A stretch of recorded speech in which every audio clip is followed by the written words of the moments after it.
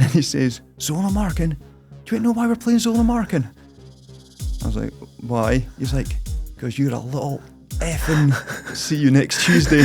Buses home for Wicken footballing were a different level. What a laugh. What a laugh. Yeah. I think one of the first games Coco played was right back. And I'm sure he scored no goal. It was away to Huntly. I'm sure he scored no goal away to Huntly. How ironic is that? New fucking managers. And I saw that. He knew at Huntly. Yeah, I used to kind of grunt and shout and yeah. When I look, I sound crazy, but I didn't realise I was doing it. And actually, I didn't even think it was that bad. I was just getting, like I call it, in the zone, just getting ready, just to get going. But he came for Elgin, great player, great left foot. But he turned up at pre-season with a pair of gym shoes. And we were going up the Oak Woods. The proudest achievement in your career so far? You never know, you might win a cup yet. I'm available.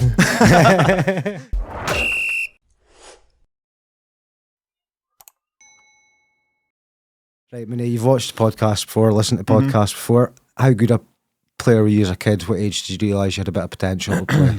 Potential-wise, I can't ever really thinking like I've got potential. But started playing football probably just when I started primary school. Like my dad wasn't into football, so it wasn't like I was watching him or I was getting pulled along to go and watch games. But I just remember, like vaguely just remember in primary one, when I first went to school, I've got two older brothers, one just 2 years older than me, he was into football as well. I just remember joining with them, so he would have been primary 3, so they were all like a couple of years older. I just remember getting the ball and kind of dribbling with them, and then just kind of getting stuck in about and wired in about, and that's where my nickname came from pretty much day one in primary school. Obviously, when I started school, it was 1988, so Maradona was like what Messi is now. So I think he won the World Cup in '86, so he was massive. So they called me, "Oh, you're like a mini Maradona." So my nickname for like 3 years was Mini Maradona, and obviously that's a mouthful. So it just got shortened to Mini, probably when I was in primary 3 or 4. So pretty much since went to school when I was 4. So 95% of people know me as Mini. It's strange, nobody really calls me apart from my mum for my real name. So and that was pretty much for day one. For just kicking about with my brother and his pals in the playground at school. Having older brothers kind of pushes you on because you want to kind of keep up and all that. You're wanting to get to the level they're at, even though I was a couple of years older. You're like, all right, I need to get better. Well, that's how you. I definitely like. I stayed out in the country, so we used to get the school bus home, and then we stay beside the distillery, and there was like a big warehouse there with like grass behind it. So me and my brother would just go and start playing football on the grass, making goals, like out of wood and old like the clothes poles that used to put up so you could hang the washing. We just to make goals out of anything, and we used to just play. Well, it felt like you played football every day for hours, and then my mum would just shout, "Tea time," and then it would echo all the way down the back of the warehouse, and then would run back for her tea, and it felt like you just had your tea and went straight back out again. So there's no doubt I had two big brothers, it definitely toughens you up, and it definitely helped me in my football because it gave you, I don't know, probably a lack of fear, to be honest. Once you've been battered by your brother a few times, you're not that fussed after that. No. So yeah, so it was kind of just for school, and then probably progressing from there. It's near like it is new with all the like structured training at the age of 2-3 years old. There wasn't any academies or even like the Highland League clubs. Weren't any youth teams at that level. So I think I was maybe 8, and I remember my brother went. There was Elgin Rovers. Has that been mentioned? Elgin Rovers. I think so. No. Well, Elgin Rovers. It was like a kind of boys' club. It was like Tiger. It's set up. They used to wear like red and like black striped strips, and they used to train at Morrison. I remember going down, and my brother was training. And I was like, oh, I'd quite like to join in. And he says, well, there is a younger team that train like on a Saturday. But it was like training once a week. And I remember I went down, and I was maybe down 3 or 4 times. Then they're saying, right, we've got a game. Elgin Rovers v Birkhead, through in Birkhead, 11 aside. I was 8. I think it was maybe under 10s or under 11s. Right, you'll play, you're left-footed. So I went down, right, you're left back. I was like, what's left back? I've never played left back. I don't get any of the positions. Just goalkeeper maybe, or like a striker, but left back, like I just left side of defence and just kind of run around and kick a ball. And it's funny because was playing a charity game this summer. Me and Kev Main took a half each. And I says to Kev Main, the first ever game I played was on this pitch and I was marking him. He was up front. And I always remember it because I don't know if Kev's a year or two older than me, but he was a fair bit bigger than me. He was like trying to intimidate me. He was like, "What are you looking at?" And I was like, I never played a game. I was just staring at him going, well, I've not seen anything. I didn't even say, I just stared at him. "What are you looking at?" And I was like, But my brother was in goal, so I thought, well, if anything kicks off, my brother will be able to maybe help me. So so it kind of progressed through there. And we Elgin Rovers, we started going into all the summer galas. We used to play in galas anywhere from like Macduff, Rothes, Norman to Inverness. But I started playing in goals in that galas, the 5-a-side galas. But I was always like fielding like 11-a-side games. So I think it was like get a team together, Mini will go in goals. We're needing a goalie, Mini will go in. And that's just sorted. And you'd get 5 or 6 years and enter the galas, and that was brilliant. I've done that for 3-4 years in the summer. It's the best thing when you're younger because you just play with your pals. Well, that's what it is. I bet it was competitive. There's no competitive football at a young age now, and they are missing out. I understand why they make it non-competitive, but nowadays you have to enter your teams into advanced, intermediate, or like development stage. So I think the teams that you enter into advanced, it should be competitive. You know, I think so. You're putting them into an advanced stage because they're advanced for their age, so it should be competitive. It creates that winning mentality, you know, and it's like as much as you want it to be competitive and that, your winning mentality, if you're actually going to make the top level, you need that for a young age. Definitely, and it's even just like chasing a goal to win a game, win a cup, or defending for your lives to win a game, win a cup. I'm not saying the children nowadays don't do that, but it would, if you know you're pushing to actually get like a physical trophy at the end of it, I'm sure it would make them work harder. But I understand why they do non-competitive to get more people involved, and there is levels to every game, every sport. So so that was it. The summers we used to just tour about doing that, getting lists for your mum and dad's. But it was an all day thing. You were there like group stages, like quarters, semis, finals, and usually our team was decent enough. You were there to the end of the final stages. So it was an all-day thing on a Sunday or a Saturday, or sometimes both days at the weekend. So that's bad. It just reminds me a lot of soccer sevens. I done soccer sevens when I was in school, and it was a Tuesday and a Wednesday night, and you would get the school team together and you'd play against other schools, and it was the best thing ever. Best thing ever. We were actually speaking to somebody about it the other night. I said, "Do you mind the green cards?" And they're like, "Fucking hell, that's a throwback." So you used to get a green card if you'd played well that game. Yeah, right, okay. Collect up 5 of them. I was never good enough for 5, but I was speaking, and it's just, I just say it's playing with your pals. So it's like when you move on to teams or you get put into youth squads or that, it's boys that the manager or the coaches have picked. But normally, if you're into football and your pals into football, 2 years I'll join our team and fucking it. Well, that's like all my pals growing up and now they were all into football. And everyone went on and played at like a level, but they all played like school and boys league and that, and just whatever they're into, you kind of that's your crew. I'd love to see the amount of boys that have been on this show alone that have came through the boys league, because it's fucking massive. Like, and that's the thing, the boys league now, the first stage, the juniors, it's non-competitive. But and I went into the juniors a year early. There were shorter players, and I went in a year early. I think it was a left back or left midfield. I can't remember what I was playing. It was I was on the left, playing for Saracens, black and white stripes.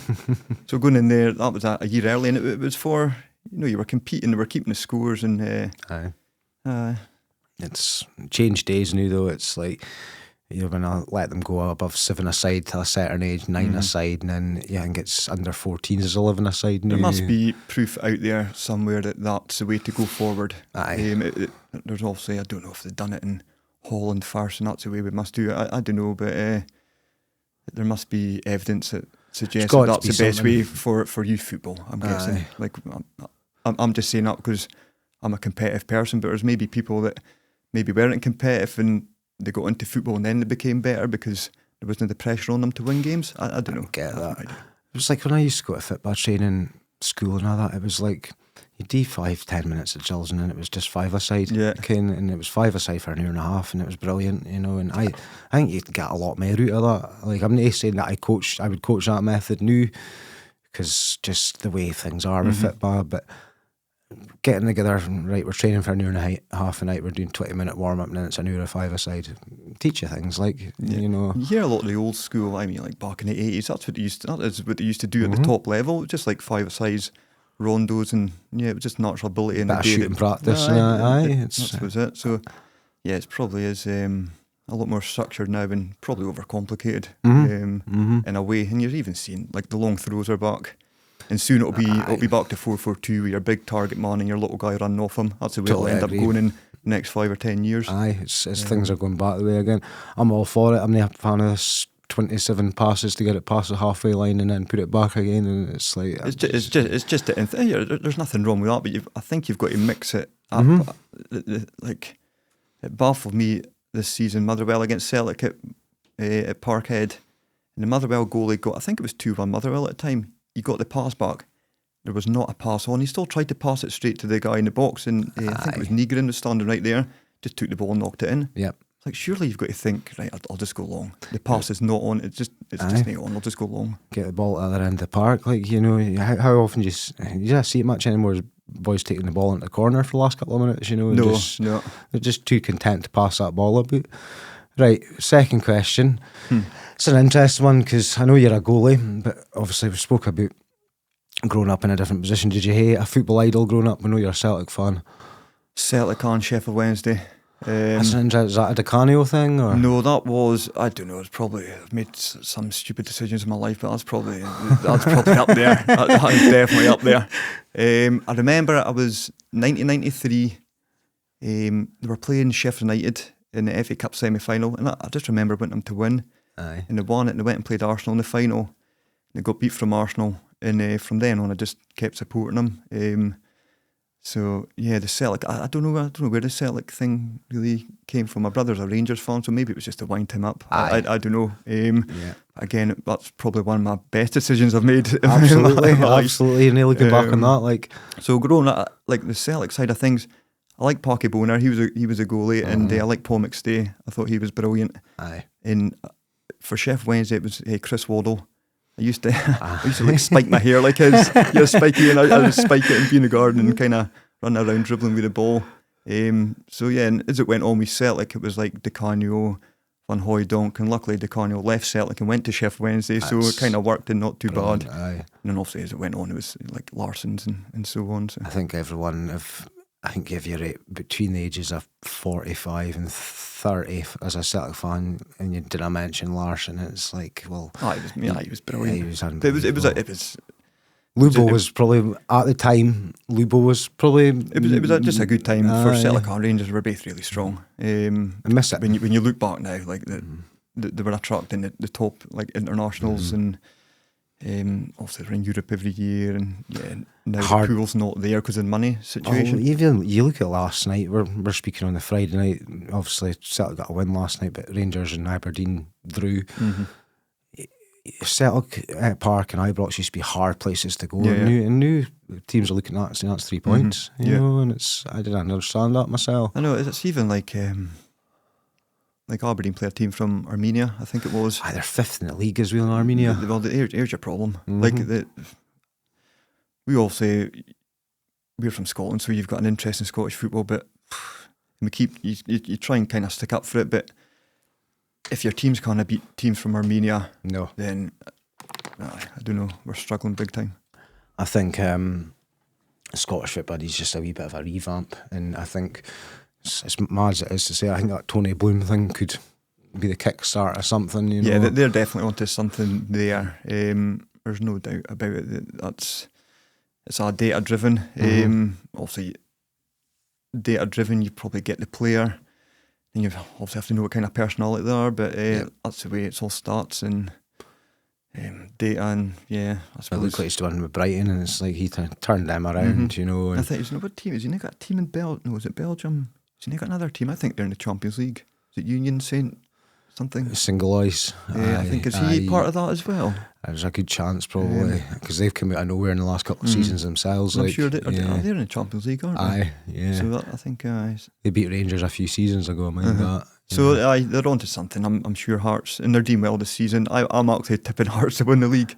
I have been for weeks, and I kind of went through a slump just now, but I don't know, I just feel like the club's got themselves together, whereas Rangers and Celtic are too busy falling out with different sections of fans and board members. And so, no, I think Hearts will come on. Yeah, they're going to be about a threat. It's mad to say it, but Hearts are the most stable team in Scotland just now, you know, and Celtic, well, hopefully appoint a manager this week, but with what's going on in the board in the background, and then you get the same at Rangers, they just sack boys for the board and things like this week. Hearts, who would have said this time last season, Hearts will be top of the league and probably looking at... I know, and it just shows you, especially like Old Firm fans, we're the most fickle fans as well. Hearts coming about, and basically both clubs have just kind of folded, can't handle it. There's just none of them are at top of the league, and they just can't handle it. It's that's Old Firm fan for you, unfortunately. That's what we're like. Spoiled rotten. Yeah, that's it is, exactly. Right, well, kind of answered this, but what age did you kind of transition to being a goalie full time? Yeah, it was, as I say, I played in goals in the summer, like summer galas. And I played outfield, and I started playing in goals a bit in the boys' league as well. So I probably, during the boys' league, I started playing more in goals. Aye. But I was through in Devonside. Devonside were quite a big boys' club at the time, and they kind of, for under 12s, they picked players from Buckie and Elgin and Banff and Peterhead, and they made up a squad to go and play in Aberdeen League. And I was still outfield then, and we had a really good team. We won the league and cup first year, and I was like up front, left mid, left back. I think I've played every position apart from centre half and right back. So I remember I was playing outfield up until under 13s, under 14s, and then Elgin it was Elgin Youths at the time. They says, right, we've got a team for under 13s. So I went and joined them, and then Tiger was the one that took me to Devonside, and then he was the one that says, I can't play for both, because he was now back at Elgin. Aye. He says you can only play for one. I says, right, well, I'll play for Elgin. And then I was kind of in goals and outfield, but I was always on the bench because it didn't came what to do. I would come on as a I'd come on as a sub outfield, and I'd come on as a sub in goals as well. And then I remember I was 15, and Tiger came to me and he says, look, Desi Strong is going away to Wick Academy on loan to the Highland League. I'm needing a goalie for under 18s. He says, I want to take you from the under 15s or under 16s as at the time. I'll take you and I'll make you my number one under 18s. But you need to tell us is it a goalie you want to be, and you can be the under 18s goalie. So I was like, well, I'm playing every week. He says, yeah, play every week, and we'll go and put you into the first team and train with the goalies there. So I was like, right, okay. I think if he came and says, we're needing a left back, will you be a left back? I'll be like, yeah, I'll just play left back. So that was the moment. Started, I was probably 15, and that was it. Goalkeeper. Went and trained with the first team. Gary Watt was a goalie coach. Brilliant. Was really hard on us. Worked us really hard, but I loved it. Desi Strong was the goalie. He was a couple of years older than me. Martin Pirrie was number one. Brilliant goalie. He was Aberdeen, I think. He was Aberdeen based. Yeah. And we had another guy, I think he was on loan for Cali, Screech, Michael Ray. Not the Michael Ray that's assistant at Rothes now, but another Michael Ray. So that was the kind of four of us, and we trained, and I loved it. I was in with the first team, and I was still raw. Like, I hadn't done any goalkeeping training like that to that standard, and I was in training with the first team goalies. But Tiger must have seen something in me that I kind of think what he would have seen in me. I can't remember being that brilliant in goals. Maybe I was. I honestly, maybe I'm being modest. I can't remember. And that was it. Yeah, it started. Catch a bug, essentially. Yeah, but I worked really hard. You had to, because I was in with a group of men. We were in with Tiger as well. And a coach that demanded a lot from us. And I always remember one of the first games I played for under 18s. We were playing Lossie at Borough Briggs, and we were down 2-1 at half time. I think the second goal, before the game, Tiger says, right boys, this is what we're going to do today. We're going to play zonal marking. Like, nobody had ever heard of zonal marking. I don't know if he's watching like Match of the Day the night before, and Liverpool done it. He was like, we're going to do zonal marking. We were all like, what's zonal marking? He's like, right boy, many goals there, and we're going to have Stuart Porter, Craig Arnott, and Jan, big Jan Kiki. They were all like 6 foot tall. Aye. On the 6 yard line, right? When it comes in, they'll just attack it in that area and head it away. brilliant. Well, the first corner they got, I think it was 1-1 at the time, yeah, and the first corner they got, they had a boy standing on me, so I'm kind of wrestling with him because my big defenders are all on the 6-yard line. Well, the cross comes in, I kind of get pushed about, fumble it, because I was tiny, and the ball ends up in the net. And I'm like, oh, you could just see her tired. Minnie. I'm like, oh, here we go. So we got in at half time, and he's like, Minnie, what are you doing? Is that a second goal? Effing. So me being me, I was like, well, what do you expect me to do? We're playing this zonal marking. He says, I've got nobody, I've not got a blocker, so I had to wrestle with the boy. I was like, I thought it was fouled as well. And then he says, zonal marking? Do you know why we're playing zonal marking? I was like, why? He's like, because you're a little effing, see you next Tuesday. And I was like, all right. I was like, so then it moved on, and then we went out the second half and went 1-4-2, and then at the end of the game, Tiger came up and says, well done, I was just testing your character. I was like, why? I was like, if we got beat, I would have been in big trouble. But that was old school, and I loved that. It wasn't like, oh, you can't talk to me like that. He was, well, couldn't say a worse thing to me. And I was young in that change room, and everybody just like,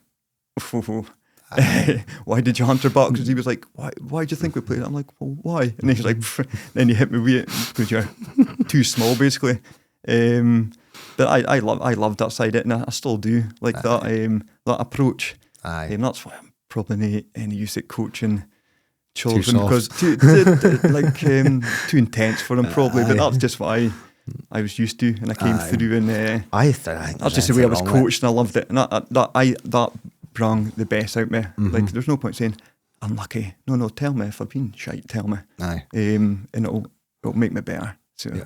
That was my approach. We've heard a few. I used to get, it's not unlucky, it's just shite. There's that as well. So. But nowadays you've got to approach things a wee bit differently, and I'm like, I'm not so bad. I work with adults, so adults as adults, and treat them the way you need to treat them. But for kids, it's like, right, okay, what can I say here that's going to get my point across, but also not look like I'm a fucking bully? Well, and that is a difficult thing, because it is a very soft nation now. Everybody's so soft, and again, I'm probably like, people say, well, that's what it should be like with children. I was like, yeah, possibly, but sometimes you need to get them told. Like, and you can't just be nicey to them all the time.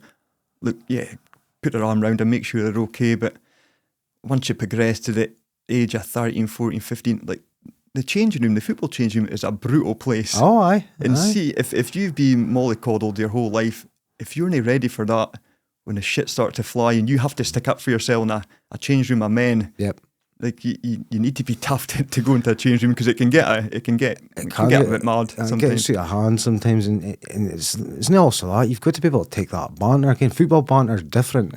Some of the banter I've heard in changing rooms is unreal, and it's like, young loons coming into that, if they've no experienced that before, it can be a fucking eye-opener. You can go into your shell. So, no, it's... got to have that character, 100%. I think so, yeah. You have got to have character, and that's obviously built over years. And then I always say, if you're going to take the pats in the back for doing well, and, oh man, the match of the day, and again, you are brilliant. When it goes the other way, you've got to be able, to take the kick up the arse, basically. So, and take being told that you were terrible today and you've got to be better. You know, if you're going to, you can't just be like, oh yeah, brilliant. Oh, you can't say that to me if I've played bad. No, you've got to take it both ways. So, but that was just I've got an old school thinking, and that's, I thought it benefited me being shouted at that way. Yeah. It's coaching. I used to do a lot more shouting with management. It's more, I've probably learned to hide my tongue a lot more, and then when I do lose my shit, it's not just me fucking having another party. It's like, all right, you serious now? New Elgin juniors. I've spoke about this many times in this show. That junior stage before you get into proper adult football's probably the making of 90% of the players in this area, and it just, I'm not saying it isn't available anymore, but it's the juniors feel like young lads these days, whereas back in when you played New Elgin, it's experienced lads who've maybe come down for the Highland League, and how important would you say that is to get to the level you got to in your career with the Highland League and things like that? That junior stage essential. Because I was late into kind of goalkeeping in a way, and playing youth football, and I went on loan to Falkabers at 16. Elgin got into the 3rd division, but they were too late to register their teams for which is now known as the Castle League, which would have been I think it was just like the Scottish Football Youth League at the time. So they were too late to register that season. So there were 3 or 4 of us got loaned out that thought maybe could benefit them or were ready into junior football. So I went to Falkabers at 16. And I still remember one of the first games, we were playing New Elgin down at Pinefield, and a cross came in. And I'm backpedaling to try and punch it clear. The guy Kev Wood I ended up playing with at New Elgin, he came right into back, bang. I mean, I've never been hit that hard before. And I've never been hit that hard since in football. And I remember I hit the ground and I was like, I'm getting up straight away to show that I'm nae hurt, and I was winded. I was like, and they were going, Kev, just a young loon. He's like, if you think he's good enough to be in this pitch and he's old enough kind of thing. And I was like, that's exactly what I needed. That's what I mean. Just after that, no fear. I was like, I'll never be hit that hard again. No way. And that was at 16. So had a season at Falkabers and went back to Elgin and played for a season in the Youth Development League. Was that against other 3rd division clubs? That was against, in higher. I think it was maybe, was it 2nd and 3rd or 1st to 3rd? I remember it was Ayr United, Montrose, Forfar, Arbroath, Queen's Park, East Fife, all that kind of teams. But a few of them were kind of full-time that we played. Greenock Morton. So it would have been 1st division teams as well. So went back there for a season. And then I had just turned 18 in that November, and I got a phone call. I knew I was out of a contract at the end of that season. I got a phone call from Ian Morrison, Mikey Mo's dad, and he phoned me. He says, look, Minnie, I think it's Gary Wood was his cousin. He was the manager. He says, New Elgin, I need a goalie from January to April because Alan Friskin, who's now in charge of the Boys League, he got sent off for hitting a referee, or he was in goals for New Elgin, and obviously he's in charge of the boys club now. So he had hit or pushed a referee, but he was out for this. He was banned for a couple of years or something. So need a goalie. But I was like, well, no. I says, oh, cheers, Ian, but let me think about it. But no, I didn't think it's for me. I'm still at Elgin. Just wait to play there to the end of the season and see what happens. I put the phone down. I can't remember if I spoke to my brother or my dad, or he says, you should go for it. Can that be a good opportunity? So about half an hour later, I phoned DMO back up and said, no, I will go on loan. And best thing ever done. Yeah. Going back into juniors to New Elgin, brilliant, absolute brilliant dressing room. I was just 18 at the time, and the characters in there, it was Robbie Porter, Bullet, Willie Henderson, Kev Wood, Darragh McCarty, Darrell's dad. Yeah. I was just, to see grown men in a change room acting like kids, I loved it. It was brilliant, absolutely brilliant. And I was young and nights out and that, it was just, it was brilliant. And then we got to the end of the season, and Alex Caldwell was the manager, Elgin, and I remember him and Harry McFadden pulled me in, and they said, right, we're going to keep you on, pay me whatever it was nothing, but you'll be 3rd choice. Okay. Martin Perry's still here and Screech is still here. I knew I wasn't good enough. I wasn't ready anywhere near that level. And I was like, all right, okay, well, I'll think about it. I remember walking at the boardroom and I was like, I'm signing for New Elgin anyway. I knew I was done at Elgin. Because I needed to get that ground in that. I needed to learn the game. Need 50 games under your belt. Exactly, and I wasn't good enough for Elgin. I was late into it. I was small, I wasn't physically big. I wasn't tall. I wouldn't say my distribution was that great. I had so much to learn. So it would have been a waste of my time. I would have been too old for under 18s. I would have just been training with them, and I was like, nah, I wait to go and play. I've just been playing at New Elgin for the last 4 or 5 months. That's where I wait to go back. So I went to New Elgin. I was there for 4 years, and we had a brilliant team, really successful.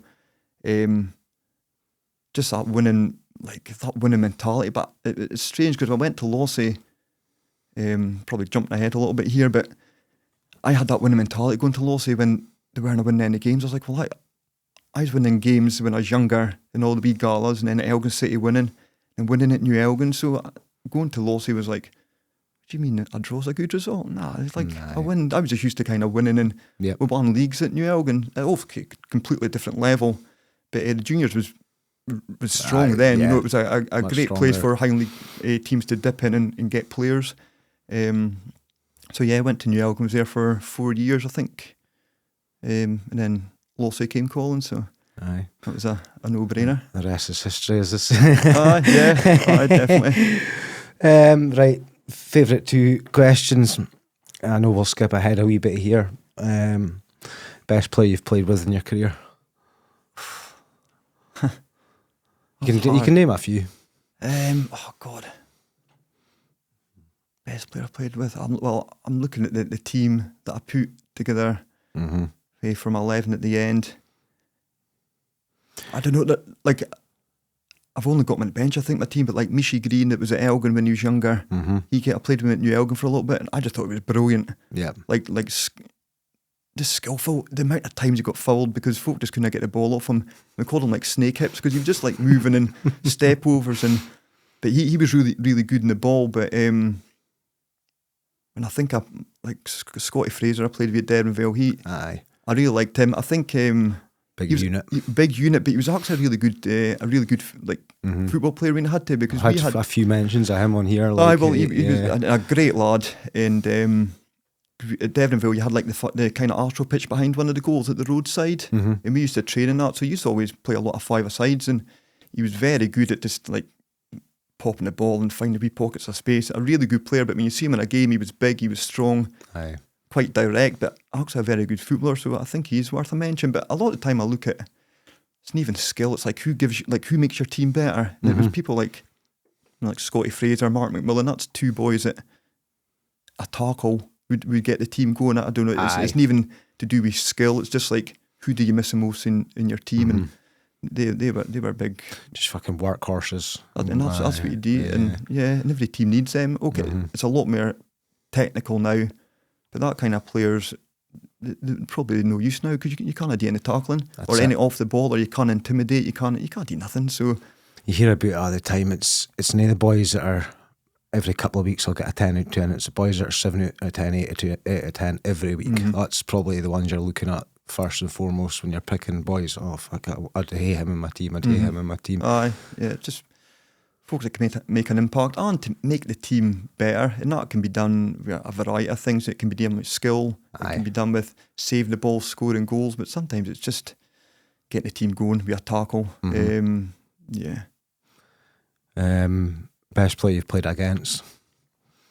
Again, you can give me a few if you want. Like, you're bound to have had some like classic Scottish Cup matches, higher opposition. I remember we played in the 4th round with Derrenville. We played Raith Rovers in the away to Raith, and Brian Graham scored a free kick just a couple of minutes for the end, and that still gives me nightmares, because I see the goal, it's a free kick for outside the box, but I just didn't catch the flight of the ball, and it kind of goes over. It's not a howler, but I've seen it back, and I was kind of caught flat-footed a wee bit, and I just misjudged the flight of the ball, and it went across me kind of into the top corner. But I always think if I was more on my toes and I caught the flight of the ball, I probably could have got across to save it. But he played, I thought he was really good, strong, and he's still playing. I think he's at Falkirk, isn't he? I think he's... because I think he left. He had a job at Partick, and then he left that to go back to playing football again. Right. So he would have been, that was 12, 13, so he would have been like his late 20s maybe. He's early 40s now. So he would have been late 20s. So he was good. Like younger, I played against like Sean Maloney, and directly up against him, but I can't remember him being like obviously a good player, but it wasn't like, oh my God, he's unbelievable. Yeah. And probably going to the Highland League, like I thought he was really good. Ian Murray was Derrenville, and then Bucky, Martin Johnston. I thought he was a very good player actually. And he played for Elgin as well, and I think he was at Peterhead, wasn't he? He was, as well. He was at, he's probably the best striker overall I've played against. I hated when I played Cove and he was playing, because you get the wee flick on, so he could hold the ball up. He was a very good finisher. Other player, Mitch Megison was decent. Connor Gethin's another one. Good players. Cammy Keith, obviously. Yep. A lot of good strikers was in the Highland League at that time, or it felt like when I was in the Highland League, it was a good standard. I'm not saying it's not a good standard now, but it just really good seasoned pro strikers were. I'd say, well, I've had a few of them on. I've had Cammy on, I've had Gethins, I've had Murray. You've got boys like Neil Gold. Gold, it was good, yeah. Obviously, you got Barber coming through. He was a wee bit later. Yeah, I know, but I remember they're all Scott, in that kind of mould, aren't they? Yeah. It's just guaranteed 30 goals a season out of some of them. And I think Scott Barber, is he still playing? Aye, still playing. Yeah, still scoring every week. Because I remember when he kind of first came on the go at Fraserburgh, he had a wee bit of attitude. I thought he was a good player, actually. Hate playing against him. He always kind of had something to a chat back to or something. But I remember Scott, but he was a very good striker, and he's obviously still scoring goals now. So aye, fair play. He must look after himself, and he's obviously got the passion for it to keep going. So aye, fair play. We've kind of mentioned it on here before, but them Fraserburgh teams are always fucking difficult to play against. They always had a lot of local boys, and they were all smart, they were all hard. It was like Murdy boys, they were all tiny but hard. Like Willie West, he's a perfect example. I don't know if he's still playing, is he? He's still on the go. Jeez. He was good. He wasn't the biggest, but he could jump a bit like Mark Chizzy. He the biggest, but they could leap, and they won a lot of headers. But yeah, going away to Fraserburgh, I actually enjoyed going away to Fraserburgh. Kind of tight ground. The fans were kind of in your ear. They're on top of you a bit. And that's what I kind of enjoyed that. And the teams were always tough. Yeah. Tough teams for playing. It was always windy. Aye, always is. We almost died on the way back from Fraserburgh Ryan. Right. So I've put them together. It's not really fair, but it's just because your spell went Lossie, Vale, Lossie. Yeah. Who brought you to Lossie? It was Tommy Madden. I don't mind Tommy. So Tommy Madden, I think he was only there a couple of years, so it was probably more to do with Mark McMillan, because Martin was there, and I think Dunner was there. He left, and then we're looking for a goalie. So the probably just get Minnie for New Elgin. He's at New Elgin. He'll do a job. And I remember I was asked to come down. I can't remember who phoned me. Yeah, Tommy must have phoned me and says, "Will you come to Lossie?" I says yes. But I was still at New Elgin, and we had a cup final to play. And I told New Elgin, "Look, after this game, I'm leaving, and I'm going to Lossie." Right, okay, will you sign again? No, I'm not. Lossie had told me not to sign any forms because they'll hate to pay money for me. So that was that. And then me and Kev Stew, Kev Stew be mentioned? A couple of times, yeah. So me and Kev Stew both left New Elgin at the same time to go to Lossie, and a mind markers phoning me saying, did New Elgin ask you to sign a form or did you sign anything before, like, to sign you for another year? I was like, no, because you told me not to do it. He says, like, that's fine, because they're wanting like £1,000 for both of yous. So didn't sign anything. We can't afford that. And I was like, all right, okay, no bother. So that was that. Went to Lossie. I think I overdone it in the off season, because when I went there, I started getting niggles in my knee. Aye. And then I started off really well, and I got to November, and I remember playing Nairn. A cross came in, I punched it clear, and as I was kind of going back to my goals, my knee kind of slipped. My leg kind of slipped in the mud, my knee went. I'd never had an injury, like anything, like I'd never injured. So played on, and then through that night, my leg like locked, and I remember getting up and like jumping into my car and going down to the hospital, and like, oh, it's just your medial ligament, you'll be out for a couple of weeks. So I just rested it and then went back, and I was in agony, and didn't I get the proper kind of diagnosis, I suppose, in a way, and I was out for 9 months. It turned out I had like a tear in my cruciate and a tear in my medial. So I went to Lossie, was doing really well. They says, look, you're only signed for another until the end of the season. We really want to sign you up for another year on top of that. So when I signed up, it was like the next game I'd done my knee. So I was out until like the following season. I think by that time, I think Tommy had then left by then. And Rob Mulherring came in for a bit, and he was there for like 2 weeks, and then he left, and then that's when Charlie came in. Yep. And it was just like night and day, even just the way he went to play. Like Tommy says to me, I came from New Elgin and we were used to having a lot of possession, so I like playing out for the back. I said, can I get to the left and right back? He says, no. He says, didn't I get to the left or right back? Just go long. I'm like, right, okay. But when Charlie came in, I said, Charlie, will I just go long? No, try and get to the left and right backs. I was like, that's music to my ear. That's it. Because I was I could ping the ball, but I didn't have a kick from one box all the way to the other off the ground or that. So I prefer trying to kind of ping the ball out wide, kind of halfway line. So when I see Charlie went to play kind of short, I was like, that's more my kind of game. So would you have had Fletty out on the left at that point? Fletty wasn't there at that time. Fletty maybe joined the following season, and he started off left mid. Yep. And I knew Fletty, like, played against him at, like, the Elgin Lossie youths and in the juniors. And I'll be honest, I maybe didn't appreciate how good a player Fletty was, but I think once he became like maybe a central defender and like maybe a hold midfielder, he was a lot better there rather than wide. But he did have a wee bit of pace. Yep. And he could shell a ball. Even when you went him to play a short pass, he would shell along. But no, so Fletty came in the following season, and I think Mark McMillan was offshore, so he was available. And Charlie Garagely, the amount of players we went through to try and get a squad he was happy with, and then managed to get like Coco and Roscoe and Liam Archibald in, and then we had like Coco Blackhall and Stu Strafty, and ended up getting like Jum, Stephen Sim right back, and Preefty, Kevin Grant. He loved him. He was brilliant to play with as well. He was like a Mark McMillan kind of type player. I could just ping the ball out left or do in the middle, and either Preefty or Martin would manage to get a flick on it. Both wiry, nothing to them, but strong boys. So we kind of got that team together, and I think we would have been quite a horrible team to play. Maybe technically not the best of teams.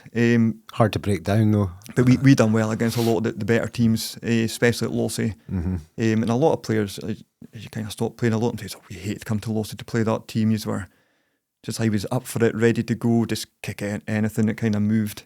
And it was just a really good change room, a lot of characters. But we didn't have any like old experience. We were all kind of mid-20s at the time, but we kind of we're quite a hardy wee crew, and it could be quite a brutal change room as well if things weren't going well. But the buses home for Wick and Fort William were a different level. What a laugh.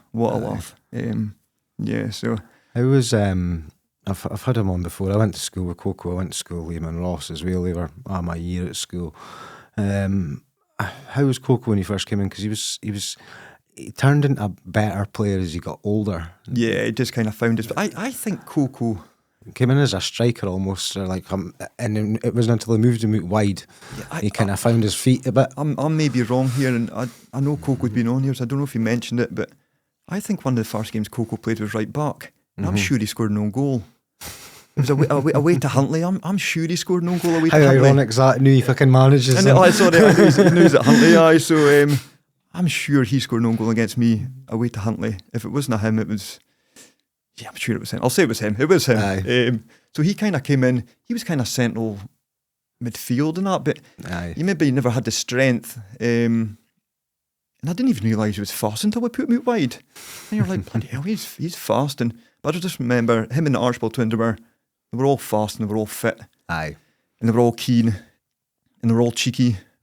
And you needed that. So I thought they'll be okay. And they had a chip in their shoulder, especially Ross. Ross we used to call him Red Ross. He used to get wound up over everything. He was mad, absolutely mad. Like definitely the angriest out of him and Liam. He was. Definitely. So, but we used to wind him up, just wind him up until he was ready to explode. So they were good lads. So we had a good kind of. Dan Smith, has he ever been mentioned? I came who Dan Smith is. Dan was a great wee player. I think he went away to uni now, but he was in the middle. He's a great wee player. I thought he would have went on, and I don't know what he's actually done with his football life, but I thought he would have went on and had a good career. But I think he maybe went to uni, and obviously that probably took over. But I had like Dan Smith and the Archibalds and Coco and then the more experienced boys. So yeah, it was good times. Some team. Was it Charlie that took you to Vale? So I was at Lossie for 6 years, and probably. What would you say your highlight of your first spell at Lossie was? The highlight. Because you got to have. I'm right in thinking you've got to have a few finals. No, never. No. But we definitely had the mentality to get there. I suppose we had a lot of winners. A lot of boys were used to, like the boys that were coming for Lossie United were used to winning as well. 'Cause when I left New Elgin to go to Lossie United kind of took over the juniors, so they came after winning for a few years. So I had boys in there that were used to winning. I don't know, the highlight. The one that kind of sticks in my mind because it's I think it's the last Scottish Cup games Lossie have won. I was captain. We played Newton Stewart. I don't know if I was always vice captain, but Martin must have been away offshore. And we played Newton Stewart and we beat them 4-1. And I was captain that day, and that's the last time Lossie have won a Scottish Cup game. And that was about 15, 16, 17 years ago, which is ridiculous. Like 17 years haven't they won a Scottish Cup game. Crazy, it's mad. So, but the highlight, we had, I don't know. I remember we won away at Cove and away at Bucky. And I remember, I think Liam and Ross mentioned winning away at Cove. Because there's not a lot of teams that were doing that at the time. Yeah, especially Allen Park. Like, what a place. Were you ever at Cove's old ground? Tight as fuck. It was as fuck. I remember the first ever time I went there, I said, look, you'll never play in a game like this. And it was just, like, the goalie could kick it from one box to the other. Aye. So you were on your toes the whole time. Like, surface was shite as well, wasn't it? Aye, and it was like next to a railway line and had like the big kind of glass stand. So the ball would get kicked out, and before it actually went out, it would hit the glass and bounce back in. But what a place that was, and what a team Cove were then as well. But I think the highlight was just the change room, like a good bunch of lads, a really good bunch of lads. Unfortunately, we didn't win anything, but it was. God, if we had won something with that team, still be hearing about it. I definitely. I'd be hearing yearly get together to speak about it. But yeah, just the whole thing, just the whole club. The supporters were so good. They kind of know what Lossie are. As long as you're working hard as a team, they're happy. They know you're restricted. They quite got the financial push as other teams. But Charlie put together a really good team, actually, really competitive team. Just maybe wasn't consistent enough. There was one season we were kind of second, third for a while, and then we kind of dropped off just because maybe just never had the squad to keep it going. Did you play with Martin at Lossie and Vale? Charlesworth? Yeah. Yes. No, the second time I played, the first time I played with Martin was at Vale. He left, I think he came from Bucky to Vale. And then when I went back to Lossie, Martin came back to Lossie after that as well. But I was at Lossie the first time, 6 years, and Charlie, he came up to me, I think it must have been a night out, or because I'm sure I had about a drink in me, because Charlie says, Minnie, I'm taking the Devonvale job. I'm like, oh, right, okay. He says, I want you to come with me. He says, James Blanchard is the goalie, he's offshore, they're needing somebody there all the time. Will you come with me to Devonvale? I was like, oh, no bother, speak to me in the morning kind of thing. I kind of forgot about it, and I remember Charlie kind of messed me on phone and said, do you remember the conversation we had last night? I was like, oh, aye, I do actually. And then, so I says, look, just sorry about Lossie. And so that was it. Lossie and Devonvale managed to get sorted out. Also, the haggling over, like, money and that. And I was like, aye. Do you not remember you phoned me and says need to sign because you were going to have to pay like £1,000 for me and Kev Stew? And like, the wage packet we got was like £14 4p. We got... You used to open that and spend it at the clubby. Like, you were playing for nothing. I didn't ask for petrol money, football boots, goalie gloves, nothing at all. I was playing for free. So when I heard it was like about a carry on with the fee, I was like, come on, I've played for nothing. You've got me for nothing. You're in a win-win situation, basically. So, went to Vale. Loved it. Brilliant. Great move. Different level, just facilities, playing surface. The support at the time, they were used to winning leagues and challenging. So I went there purely the intention of winning. No, that's what I wanted to do. I wanted to win, and that's what Charlie went there for. And he says, look, we're going to make a real push for this. But when you got there, things weren't quite as what they seemed in the background. So but it was a great club. Had a really good first season. And a good run in the Scottish Cup. We got to fourth round, got beat for Wraith. Like that last minute goal for Brian Graham. And we were kind of up the top for a while, but I think we just lacked maybe, nothing against the strikers there, because our strikers were decent. We had like Baker and Craigie Moe. But we just maybe never had enough depth up top, and we started kind of struggling to score goals around Christmas time. I remember that. And then had a few defeats came, and then we just kind of dropped down. I think we maybe finished 5th or 6th. I don't know, but we were kind of up there, and I was like, this is what I've signed for. Aye. A challenge for the title, because that's what we had to deal with, to try and win things in the Highland League. Absolutely, that's what it's about. How did the dressing room compare to Lossie? Yeah, it was different, because they've got they had guys from further afield, whereas we Lossie, it's all local. Aye. But with Devon Vale, they've got the best they can get, basically. So they've got Peterhead, Aberdeen, Elgin, and guys from Banff and that. But yeah, they welcomed me. I really enjoyed it. I think because we got off to such a good start, I think a lot of the Vale fans were worried, because they'd lost Blanchie, James Blanchard. He was our goalie for 10 years. Aye. So when I came in about, they're probably a bit like, oh, well, we've lost our goalie. But I think the first 4 league games we kept 4 clean sheets. So that got me off to a good start, and had a really good first season. Personally, I won 3 awards at the Player of the Year awards at the end of that season. Yeah. But we just didn't quite kick on the second season. Had another decent Scottish Cup run. Martin Charlesworth joined us. Ricky Wardrop came in about. Coco, I think Coco maybe joined us for Lossie. Yep. After that Scottish Cup run. Was Coco there? But they came in a way, I think we had a better squad that second season, but maybe just never performed as well.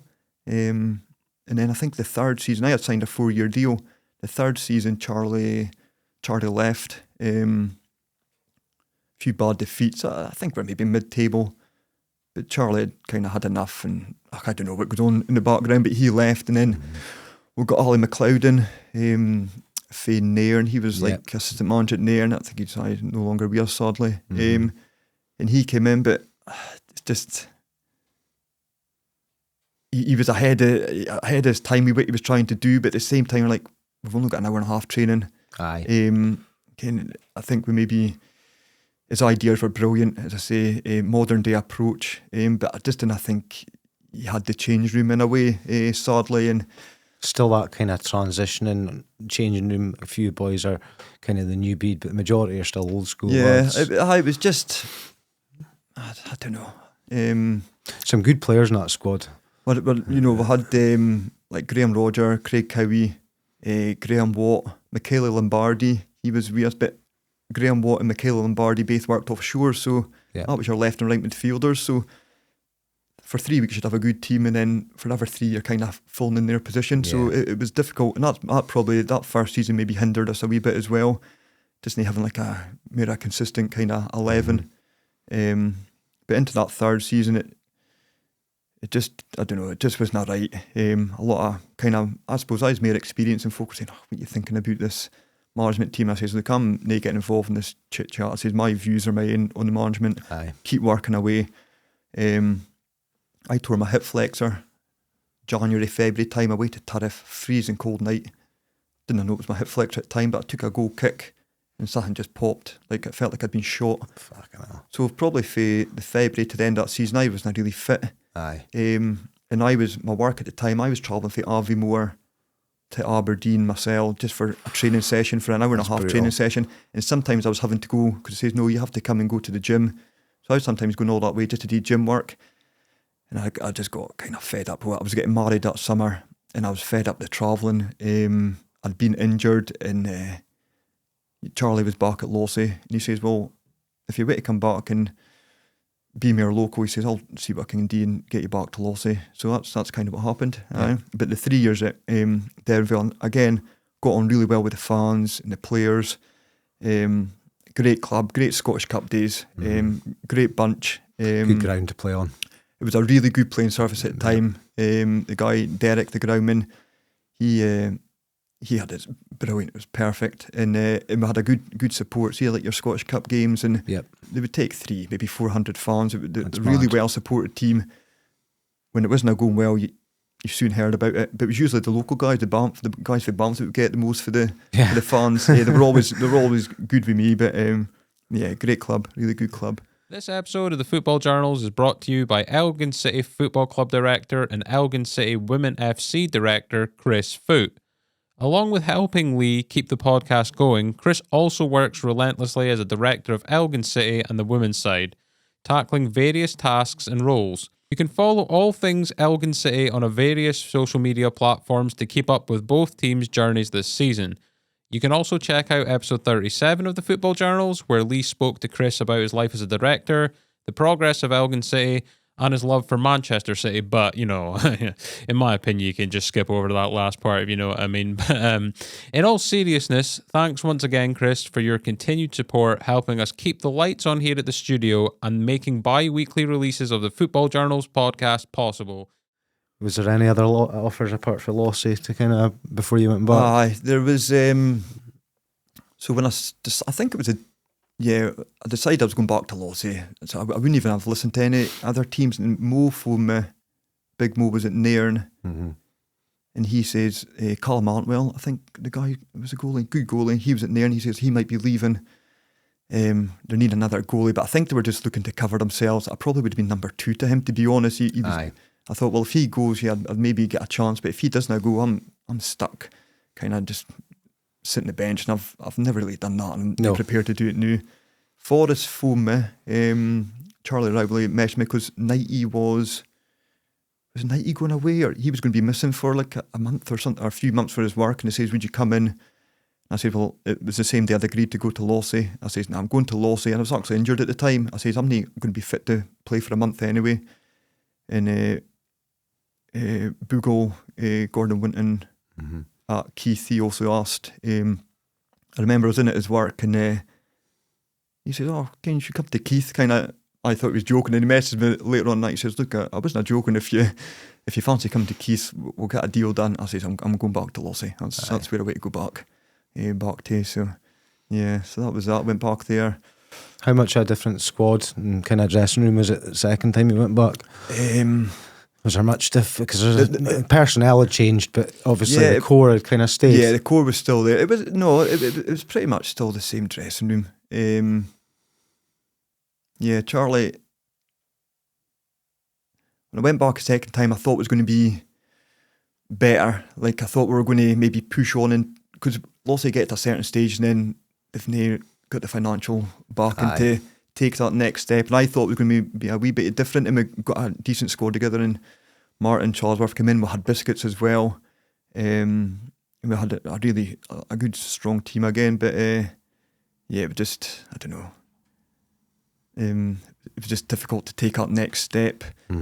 Charlie must have seen it as well. He ended up leaving in his second season. I was back, and Bobby Beckwith came in, who's a good coach. I think he was assistant at Elgin, and he was assistant at Turriff. But I knew it was going to be a disaster. We all knew it was going to be a disaster, and that's like nothing against Bobby. It just wasn't right. I think he actually got seriously ill during the end of that season, and Stewie Cameron was taking the team, and Bobby actually never even came back. So he actually got really unwell. But I don't know if he was well enough to take the team and fit enough to take the team to start with. And I had decided that I was like, I was in like a father, kind of.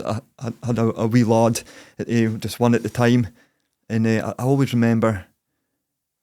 Must have been, I think, up with him through the night and that. And we were away to Fort William, so I was having to get up early and go away to Fort William.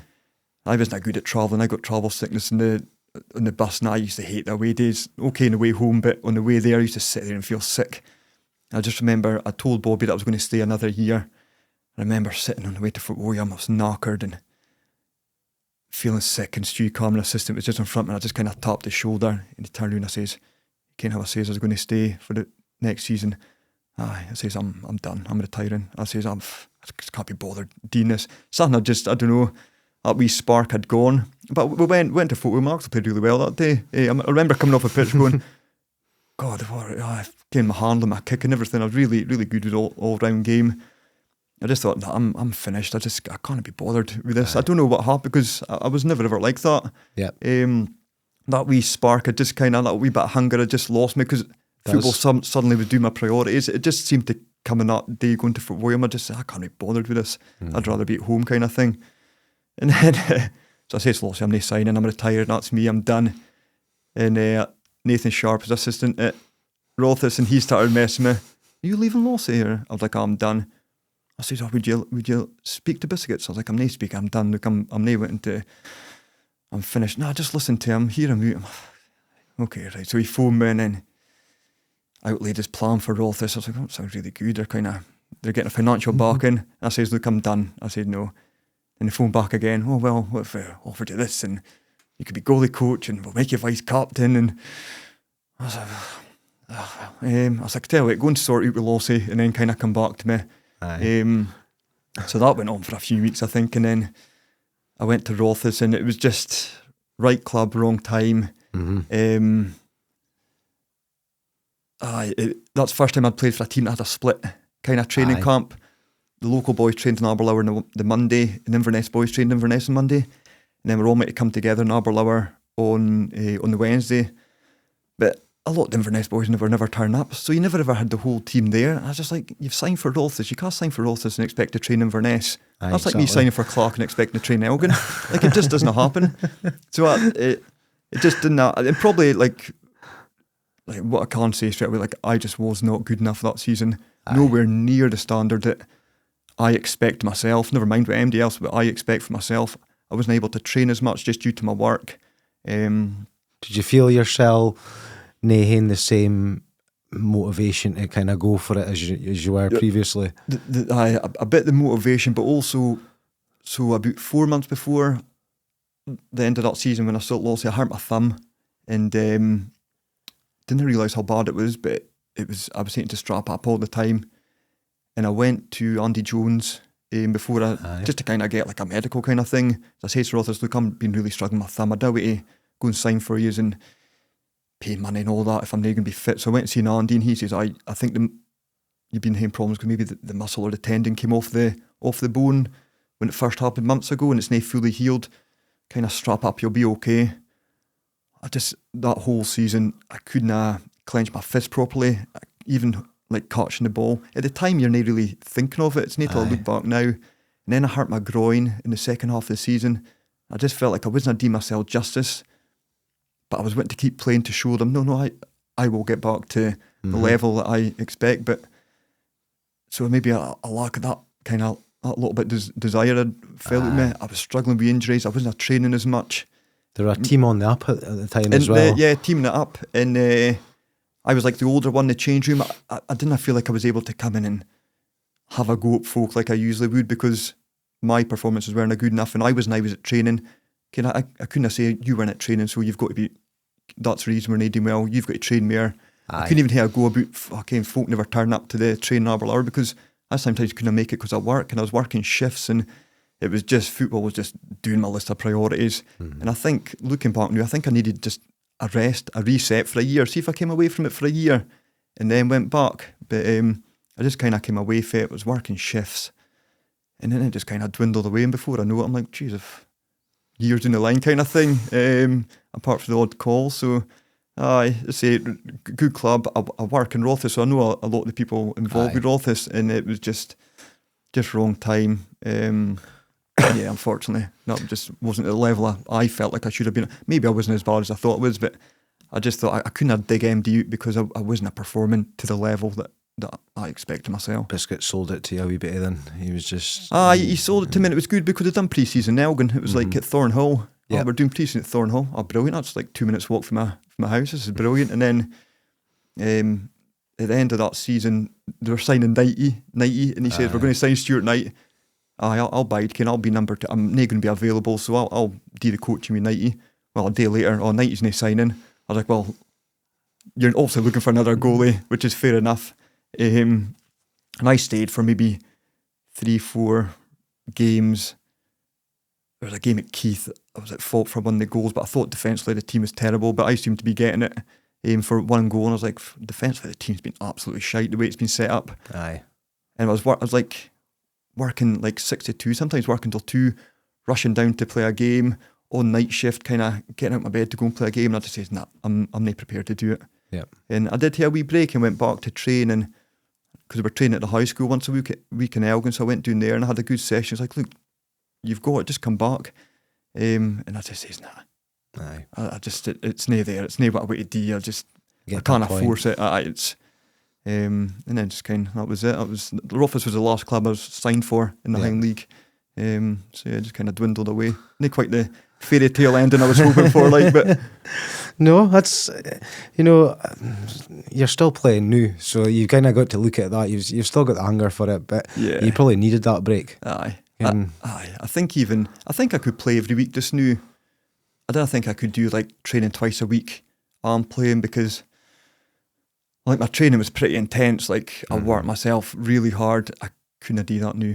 Like I couldn't be bothered now, to be honest. I enjoy playing the games, and I could probably train once a week, but I would be wanting to try and train the way I did 20 years ago. Aye. And that's just not physically possible. No. But I've still got, I don't know, it's maybe a point to prove to myself. I don't know, I must be trying to prove a point to someone. Everybody always says, you're a long time retired. I remember the old guys always saying, you're a long time retired, and you are a long time retired. So, coaching doesn't quite do it either, does it? It's not like playing. No, the coaching side of things, I don't know, we're probably going to go on to that. I'll leave that just now. But so that was kind of wee Rothes. Here's a big one. What's the best save of your career? I did have a think about this, and it's God. It can be, so you can look at this two ways. You can look at it as in I've won as the game there, or you can look at it as if that should have went in and I've fucking stopped that. Or probably one save I can think of, because it probably got me. We were away to Fraserburgh, and I think I actually won with the man of the match. So it's going away to Fraserburgh, and they give it to another team, opposition player. I'd never heard of that really happen before, but I remember I had a corner and it came over, and I don't know if it was Boomer or if it was Russell. I kind of headed it for 3 yards, and as it came over, he's headed it, and I've managed to like fly and dive and tip it over the bar. And I remember that Fraserburgh hospitality, they had their hospitality behind the goal, and it just went silent, and then just heard, how the fuck do you save that? Unbelievable, how do you save that?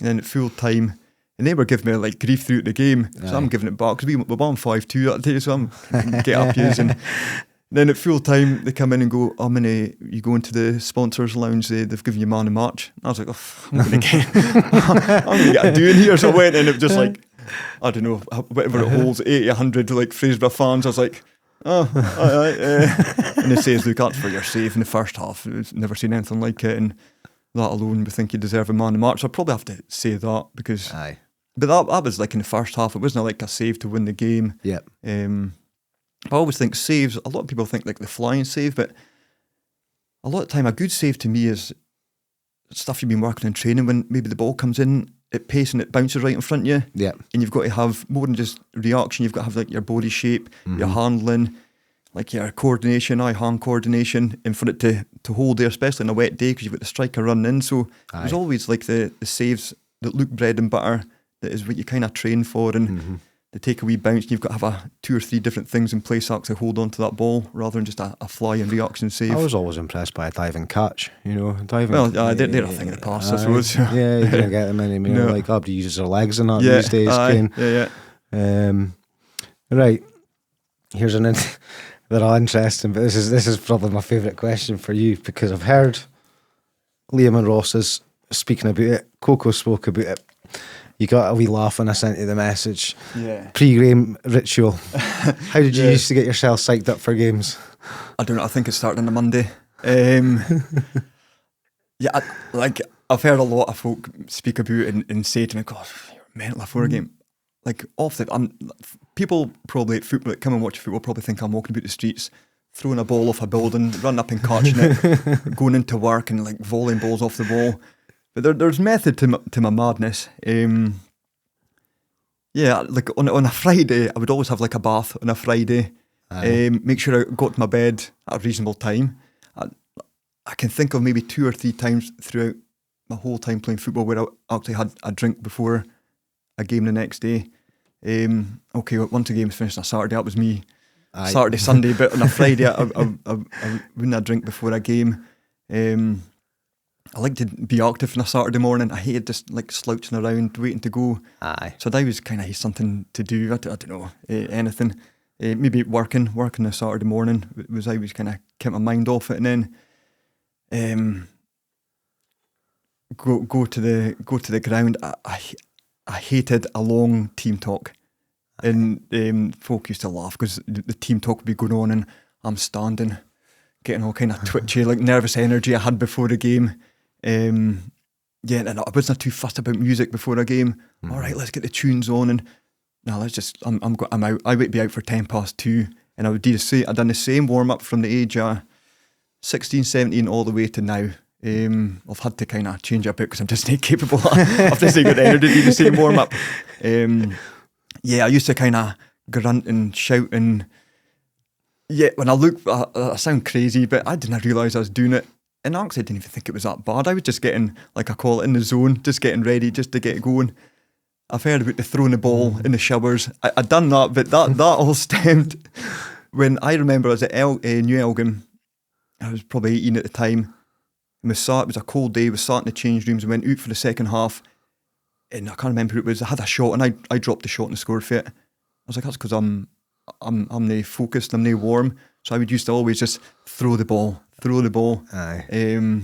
But like managers, I used to pace around and just make sure. I think looking back now, I'm obviously a lot more chilled out when I'm in a change room now.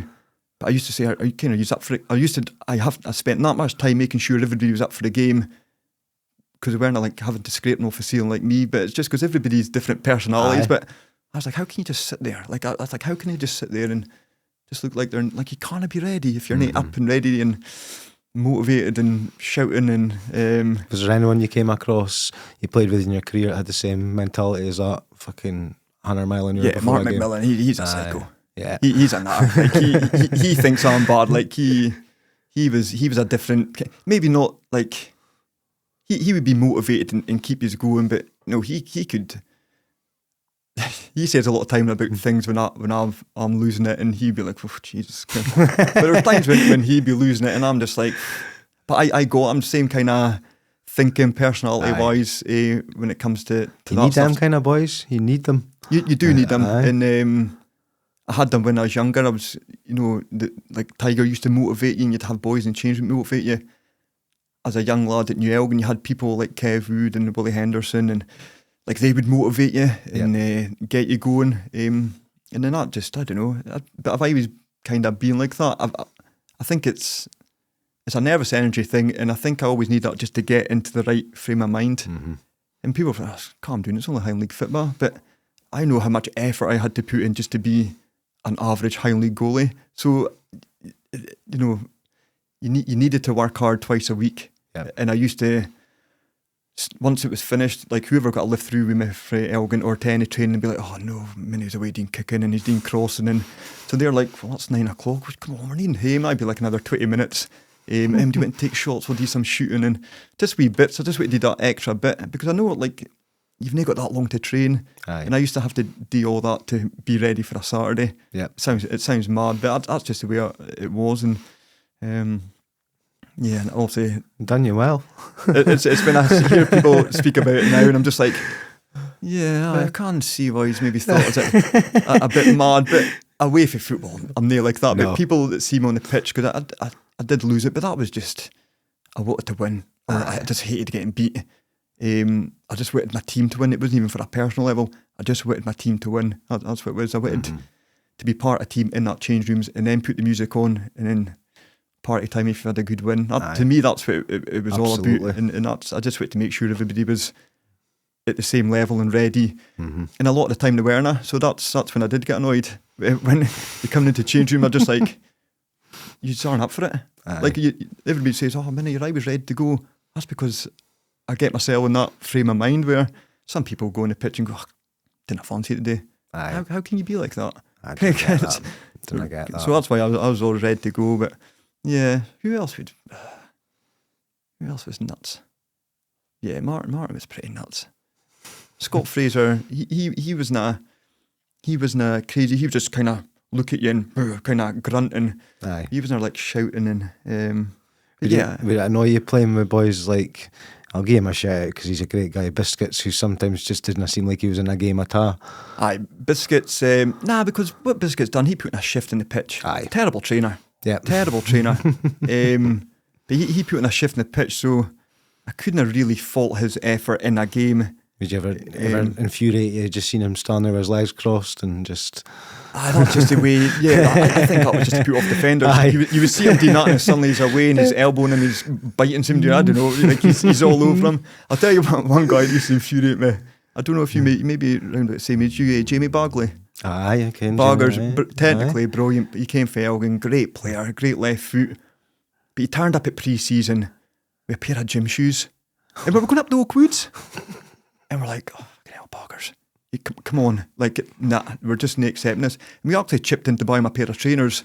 So we didn't, like, you can't be going deep. And I mean, it was like a pair of gym shoes. It was like, I was like, Plimsolls. Aye, it was. I was like, you just can't be, no, that's unacceptable. Jesus. Come on. Brilliant. So yeah, he used to infuriate me, just be things like that. I'm like, how can you be ready if you're turning up in gym shoes?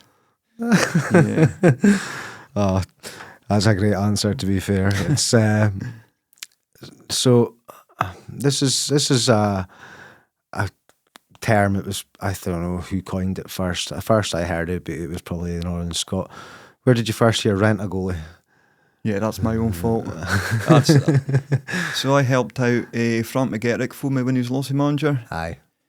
And they were needing, I don't even know who was the goalie at Lossie at the time. I'm not sure. They never had a goalie that game, so it was a way to Tariff where you play. I hadn't played in obviously Highland League. I think I maybe helped him out a few years before that when Joe Russell asked me to play against Barora. And I was like, right, okay. I says, I'll play. One of the only reasons I went to play was because my oldest son at the time, he was 5 or 6. I was like, I'd quite like him to come and watch me playing in goals. Again, at a proper stadium, not just a field. So I was like, I'll play and my loon can come along and watch. So I played that game, we drew 0-0. I done well. I never had many saves, but I was quite happy with my kicking and coming for crosses. I thought, that's just brilliant. I think would have been a couple of years ago. I think it was 40 at the time. And then maybe, so he phoned me, you're playing for Lossie, blah, blah, blah. What are you up to now? And I just said, okay, I'd quite like to, after doing that for that game, I was like, I'd quite like to go into different change rooms and play with different teams and just get a feel of how different coaches are doing it and just different change rooms, different personalities. I was like, I'd quite like, do you reckon I could be like a rent a goalie kind of thing? A throwaway comment. And then it was in the Northern Scot, rent a goalie. I'm like, oh God, it's like my nickname. Like, Mini, I got that at 4, like, now rent a goalie is going to follow me around forever. So that's where that came from. And Craig Ewan at Keith, I played actually up front with him at Devonside when we were like 12, 13. So he phoned me, he says, we're needing a goalie. That would have been last season when Bucky won the league, the last game of the season. That would have been a year and a half ago. We're playing Brecon on Wednesday night. Our goalie's away on holiday, away we work. Can you play? And I was like, I'm working night shift, I can't do it. He's like, all right, okay. Then he phoned me he maybe messaged me like the day later. The game's been moved to the Tuesday. I'll play. I was kind of in the loop a bit with the Highland League, but then I looked at Highland League table, I was like, bloody hell, Brecon are going, there's like 2 games to go, they're going for the league. I was like, oh, well, this could be interesting. I remember turning up at Kynoch Park, and it was probably April. I was sitting outside the Gran, and I looked at the temperature, it was like 3 degrees, it was like sleet, and I was like, God, what am I doing? I just kind of took a deep breath, I was like, right, out the car, and just kind of got on with it. We go beat 1-0, and I had a decent enough game. And he says, we're playing Bucky on Saturday, really good. If we've got another goalie, but I went, experience, it's going to be a big crowd. If they win, they'll win the league. And I said, oh no, I'm on night shift, blah blah blah. But I ended up got out of my bed to go and play Bucky after playing on the Tuesday against Brecon. My left thigh was just in bits because I hadn't played in ages. And then like obviously kicking the ball, your kind of muscles go in your legs. And against Brecon, I had about 50 goal kicks. I was absolutely knackered. And then we played Bucky on the Saturday.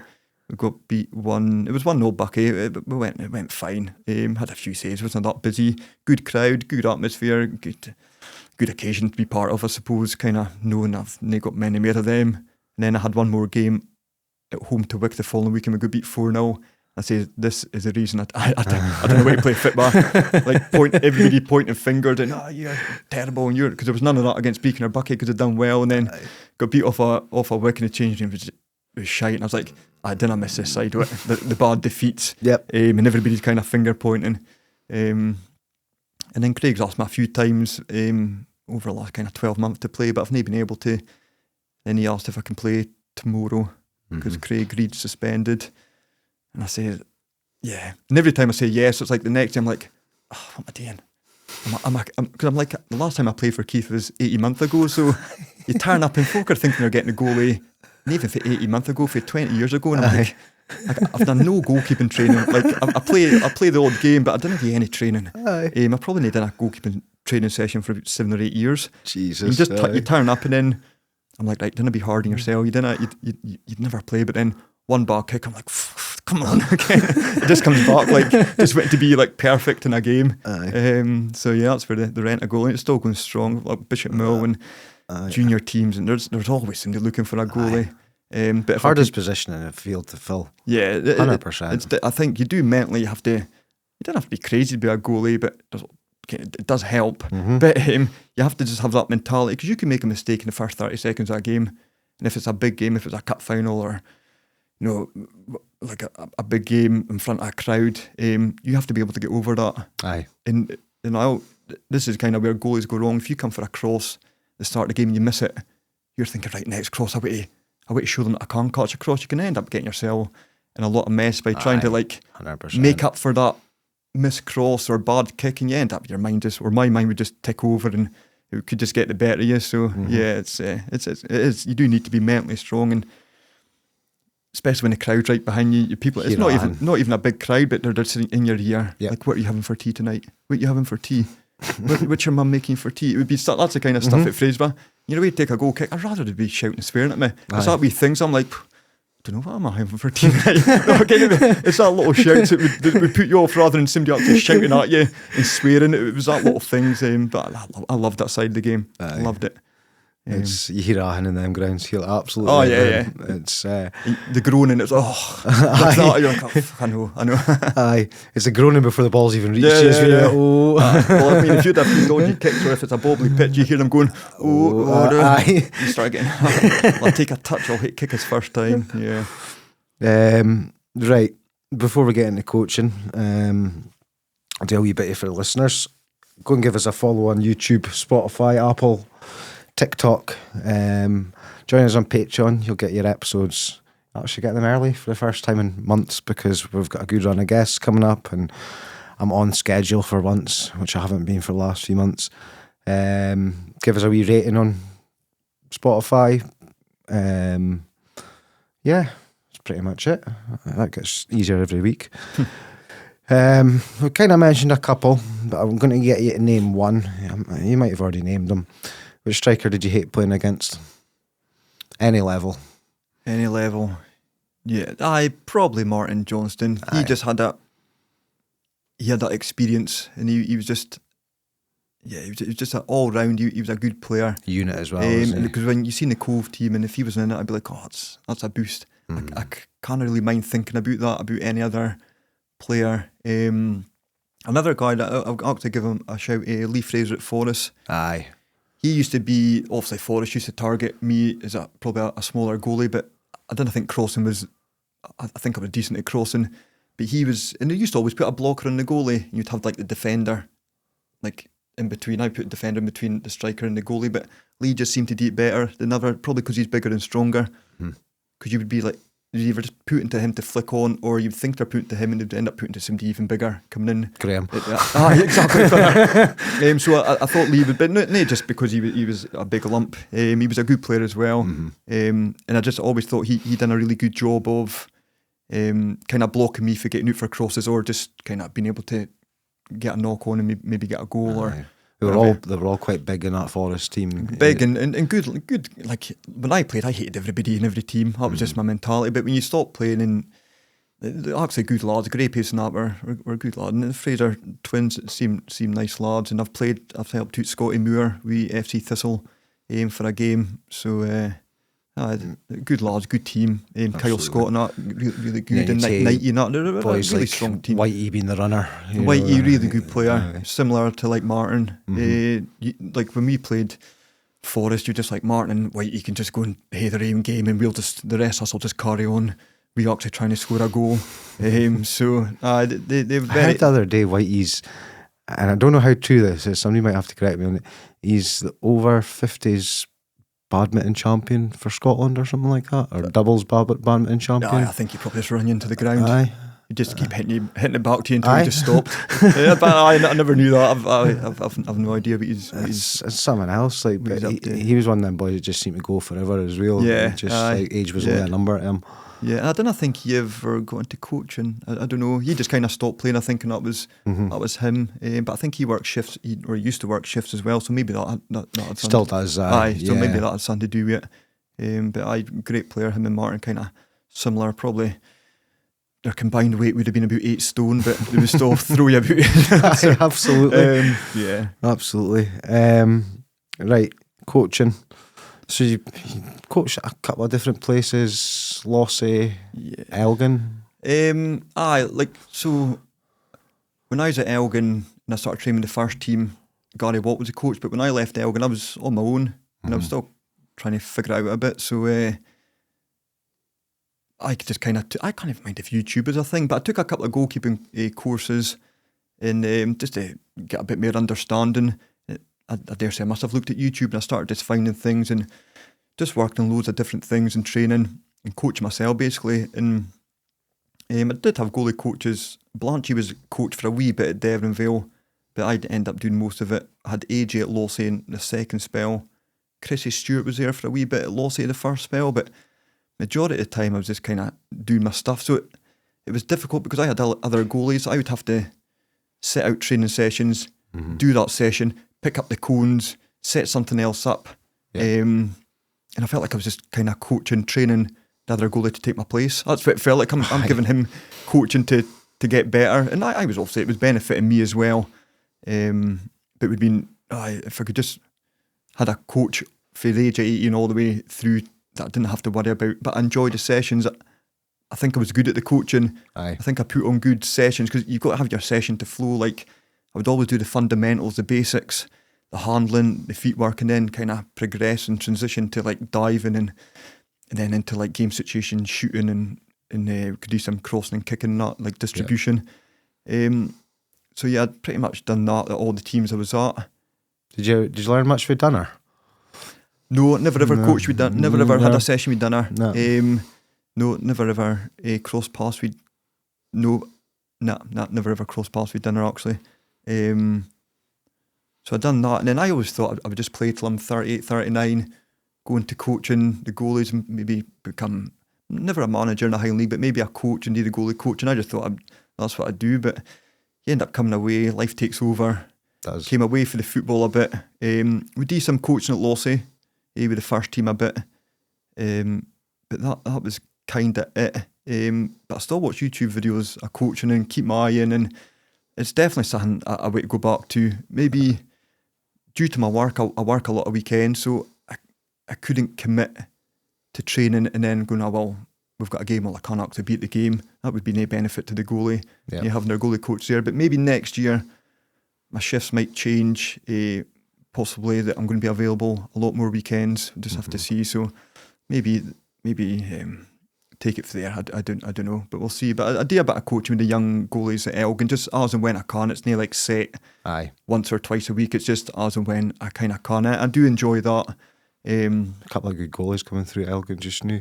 Well, there's some. I'm kind of at the foundation stage, but you've got obviously Cole's there. Harry. And Harry, I've heard a lot about him. I've not actually seen him play, and I know Danny, my pal, his lad Danny Colley. He's actually seen him play the other week against Bonnie Rig in the under 18s or under 16s.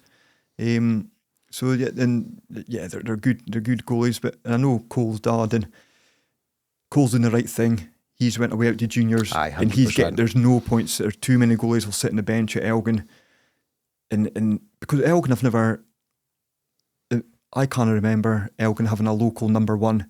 No, they've had young goalies that will make up the bench, but the first goal I remember was Craig Hinchcliffe in the early 90s when I started going and watching Elgin. I think maybe but he was Glasgow. He was exactly. Stuart Black maybe was probably, and Stuart didn't get much of a run in the team. No, but that's I feel like the local goalies they stay there too long. Whereas I'm glad I got out of there straight away, and it benefited me. I needed to get. I went to play games, whereas maybe a lot of them stay there because playing for at Elgin City, but Elgin have always had good number ones.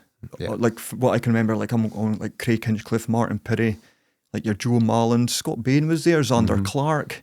Yeah. I think even was a guy, was it Kieran Renton? Kieran Renton, yeah, he was Again, there. all that really good goalies, and also you had the guy Glavin last week, and you've got McHale and Tom Ritchie. There's a lot of good goalies, so that's not up to me to tell young goalies what to do, but I wouldn't sit around waiting to get an opportunity that...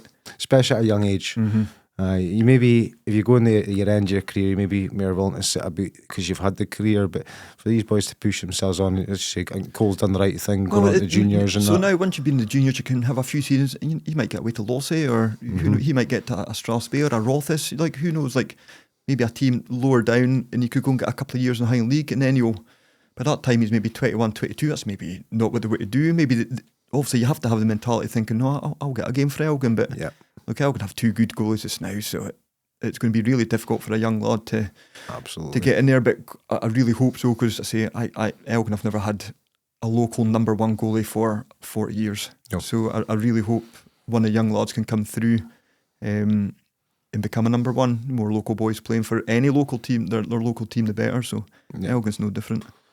Would you agree that Kev Main, maybe Joe Mallon, try to think of any other names, probably the best local goalies we've had the last 20 years? Yeah, no, when I came into Highland League, when I was in the Highland League, the goalkeeping, I thought the standard goalkeeping was brilliant. Every team had a really good goalie, because some folk, why'd you nearly Lossie and go somewhere earlier? But every team had it, like... And Stuart Knight, I'll throw into that conversation as well. Knight, he's had a great career and he's still going. Stuart Knight, it was at Forest, Kev was at Bucky, Marlon came in later at Brora, like Nairn had the boy Callum Donaldson, and then Callum Artwell. Fraser Hobday was a good... Fraser was the good steady goalkeeper as well. Really good standard goalkeeper in the Highland League when I was in it. Probably like the strikers, every team kind of had a good striker as well. And they probably still do. I'm just kind of out the loop a little bit. But I appreciated like the standard. But yeah, Kev's a great lad and really good goalie, successful at Bucky. But I think Joe Mallon's the best. Just because he probably came from Ross County, so he probably had 10, maybe more years of full time coming into Brora, into a really good Brora team. And that probably didn't help me at Rothes, because Biscuits was assistant manager at Brora and he came to Rothes, so he was always comparing me to Joe Mallon. And I was like, okay, what hope have I got? So, yeah. So just to sum up your questions before we do year 11, you've got a proudest achievement in your career so far? You never know, you might win a cup yet. I'm available. Proudest achievement? You've got to take the level that you got to as a good achievement first and foremost. And probably, like, I can genuinely say it, like, I've as mad as people probably think I am in a change room in a team, like, and then maybe see me in the pitch shouting, I've never, like, every ex-teammate I'm so, like, I would be pals with, there's not anyone I fell out with and didn't speak to me. So I think probably just playing football and kind of still being in contact and friendly with a lot of the boys I played with. I go back to New Elgin when I won the league at New Elgin, total different level. It was juniors, but I was young, playing with experienced guys, and we my pals, we were winning. And set that mentality early as well. Yeah, and it was just such a, they say the team that drinks together wins together, and that was definitely right about that team. What a laugh, brilliant. Sometimes you've kind of kept your feet grounded as well, because sometimes winning a lot at a young age and you think, all right, this is going to last forever, and then you kind of went the opposite way, and this is the reality. I've got to work hard to get to where I need to be. And you know, sometimes it gives you a little bit of false pretense. You start winning things early in the juniors, you think, this is easy, you know. And Highland League's a different level, as you say. It's a completely different level. I could have stayed in juniors and probably won more, but I remember Ross McCarty saying to me, he's like, if you ever get the chance to go, because I played with him at New Elgin, he says, if you ever get a chance to go Highland League, you've got to take it. Like, you would love, like, how professional it is. I don't know, he must have seen the way I was training. I remember he says, if you ever get a chance, go, Mini. And And I remember kind of going back a bit, but when the chance did come to Lossie, I was like, I'm going, and folk were like, they're getting beat every week, but I was like, but I believe I'm going to make them better. Took a few years and a lot better players than me to come in as well. So so I suppose that winning mentality, that, I don't know, mentality, I just went to win, just not want to lose. Not happy when I've lost, and I would be one of them. It would ruin my weekend. So yeah, which maybe isn't the best. Same in training, just mini games, wanted to win it, just everything. Yeah. Because certain players, like I've got a couple of queens in my squad that are just, doesn't matter what it is, if it's head tennis, if it's 5-a-side, if it's 2-a-side, they just want to win all the time. I think that's a bad thing. No, I would have been the same I would have been the same in training. I do remember like kicking balls away if I conceded a goal. And yeah. So anything that used to piss you off as a goalie, getting chipped or anything like that in training, or I kind of a lot of goalies didn't like it. Yeah, not so much getting chipped, but the fact that the people that are chipping you thinking, wait, and I used to see if you need that in a game, brilliant. But when you're through 1-on-1 in a game, you miss. So go and just get a strike. That's a brilliant way to put it. If you chip the goal in the game, brilliant, you've worked on it. But don't I do it to try and get one up on me? I'll chase you in the pitch. Oh, top quality. Right, I love this because you've given me a manager. You given me two actually. Great coaching team, fucking terrifying but great. You've given me a bench, all sorts. So I'm going to pick through it. You asked me earlier on the day, should I put my cell in my 11? Anyone that's listening to this, put your cell in your 11. If you think, and I like it because it kind of rounds off the team. Sometimes you're trying to think of players that have played in the same position and you think, all right, maybe they're a better player, but how often do you get to directly play with them players, especially as a goalie? You sometimes train with these lads. Well, that's how I said Martin Pirret, because Martin Pirret was like the goalie when Elgin first went into 3rd division, and that's when I started training with the first team, and I thought he was really good. Big, strong, great shot stopper, great distribution. Like he could kick when the Queen's Park played at Hampden, he could kick from one box to the other, goal kick, and that was unbelievable. Yeah. Right, my name goals. Kev Flett, Scotty Fraser, Scotty Hendry, Mark Sim, Boo. Then you've got like 3 central midfielders in McMullen, Dale Gillespie, Graham Roger, and then you've put left wing and right wing floater Graham Watt. I think Coco said he was the best player he'd ever played with was Graham Watt. Yeah, what he was really good because he was direct, but that was at a time where he would just play on the left and the right would play on the right, whereas if he was on the right now, cutting in his left, he would do some damage then as well. But really fit, really strong physically, great shape, really fast. And there was a game, and I remember it was Devon Vale against Lossie. And when I say a boy won a game himself, it was him. We were down. It was my first game against Lossie after leaving, and we were down 2-0 at Banff. And I'm like, oh my God, I'm going to be getting pelters for this. And what he just basically 3 times just won a game himself. Really good, but he worked offshore. So it was difficult. He was there, but really good. Like him having that 3 cent, he can just kind of do what he wants. He can just run about. A wee free number 10 role. Yeah, just kind of swap. If he wants to go on the left, let him. If he wants to come in for the right, just let him. And the 3 in the middle can just kind of sweep it up. Brilliant. Front 2 of Biscuits and Martin Charlesworth. Your subs are Coco, Craigie Moe, Mish Green, Stewie Cameron, Craig Cowie, Stu Strathie, Stevie Ellis. And your management duo, Tiger and Charlie. Yeah. It's, well, I said to you earlier on, you are definitely winning hardest bastards in the league with that team, like, because there's not much pace about your back line, but you're not getting past it. You don't need pace. Yeah, that back line, Fletty and Boo, quicker. I'm speaking about, like, Boo when he was 18, 19, but, like, all 4 at the back, really good footballers, and that they could mix it up, and they're all they get stuck in about, and you could maybe get exposed, but the positionally I think would be sorted. Dale Gillespie, did you play with him at Rothes? I played with Dale for a season at Rothes. Would you have imagined to go on the career he had? Well, Dale kind of came from Brora.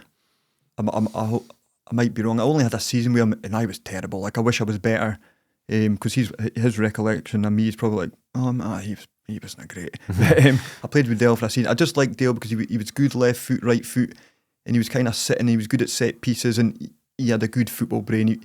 He would have been good for someone like Martin, McMillan and Rog. You could have let them bomb on and Dale could have sat.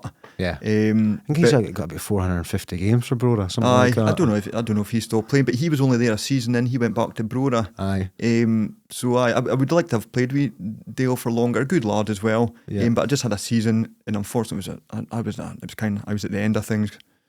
Graham, Roger, Martin McMillan. That's pick your poison, isn't it? Yeah. Well, Rog was kind of a younger lad when I was at Vale with him.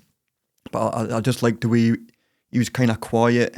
He was really fit, strong. Just he had that bite about him, and I seen him. Well, I watched the Bucky for Martin game the other week, the Scottish Cup game, and he was captain. I seen him coming out, so out the tunnel as captain. So I thought, okay, good on you. I knew he was it for Martin, but I wasn't sure if he was still playing. So let's say he was younger at Vale, but I thought he's going to go on. He'll leave Vale and he had a good career in the Highland League, and that's what he's done. Biscuits and Martin up front. Now that's actually been a partnership. How good a partnership was it? Good if you could get both of them fit at the same time. Complement each other really well. Technically, and like more schooled would be like Ches. He would take the ball in. Good finisher. Bring people in. Unselfish. Bring people into play. Good in air as well. And strong in air. And then you had Biscuits. Like the first spell at Lossie, Biscuits, like again, I seen him like win games in his own. Like I remember we played in Veruri and we were up 3-0 at half time, I think it was, or he had scored a hat-trick in the first half and he's coming off like, I am magic. But then about 3 weeks later he got a roasting for being terrible, and then he ended up putting a transfer request. So he had that side to him that he could be a bit childish, like I'm brilliant, and then he got told off and he's like, oh, I'm leaving. he was on the edge with things, but again, great lad. Moment of magic as well in him, like really good, raw, just always for the first minute to last you think he's knackered. He was always kind of looked like he was tired, but he would keep going, and a good character, a good team of characters actually. Would you say out the team he's probably your game winner? If somebody's going to pull out a last minute goal out of nothing, it's probably going to be him. I suppose Scotty Fraser, probably maybe mentioned him a few times now, didn't realise I actually liked him as much. Scotty Fraser, he scored some big goals. Big Lump would come forward and score some peaches of goals and headers, but for needing a goal at the end, I could probably put that back four up. I'm like, we're getting something for this, definitely. Aye, absolutely. One of the questions I'm going to ask you, Stevie Ellis, did you play with him at Elgin as well? Played with Ellis through like the Elgin youths and then at Elgin City. Really good player. He actually messaged me. Do you know? Because he messaged me just before I came in saying, "Are you doing that podcast tonight?" I'm like, "Who have you been speaking to?" Because he just keeps himself to himself. He doesn't really message and say anything. So played with Ellis. Really good. Him and Martin. They should have got more of a chance in the first team at Elgin, but they got into third division. They were taking young lads for Ross County and Carly. They weren't any better than that too. They were a year older than me, and they end up both going to Lossie. I think they could have got more of a chance at Elgin, definitely. Ellis was technically a really good player, and he was like an attacking midfielder, and he ended up becoming like a kind of holding midfielder later on, and was really good in that role as well. Did you play with Stevie Dixon at Lossie? Played with Stevie Dixon. Stevie Dixon. When I went there, it was like him and Kev Stew would end up the centre halves. Again, technically good player. I think he had a lot of injuries actually. Never ever really seen the best of him. He actually got a really bad knee injury, if I remember, while I was at Lossie. I think the potential was always there with Stevie Dixon, but as you say, one thing or another, I was hampered him a wee bit in to push him on that level. Another, I keep saying, a good lad. They're all good lads. Stewie Cameron, he's a bit of a legend because great coach from what I heard. I've seen a few of his sessions. Really good. Like he was at Lossie and then he became number 2. Yeah, it must have been to Charlie. And we call it like Gary Neville. Like he must have been watching Monday Night Football, and he just the stuff he was coming out with. He used to have the smallest notepad ever. You used to write it, and you're like, how can you even write in that? Never mind read off it. But he was a funny, and he like you say like a cold night at Stoke, you hear like, oh, would you fancy it a cold night in Tuesday night in Stoke? He doesn't. He's like, I'd wait playing the rain. He didn't like if it was raining. You're like, he's not going to last long. He was one of them, but really good player actually. Good left peg. Seen him score a few peaches of goals actually. Good player and a good football brain, actually. I've watched a few sessions. We sometimes train the same pitch as New Elgin. I watched a couple of sessions with Hulkenut last year, and I thought this looks good, Kane. And it's never a massive fancy setup with 200 cones or that. It's very simple, but he's on it. He's on it, and it's impressive. Craigie Moe,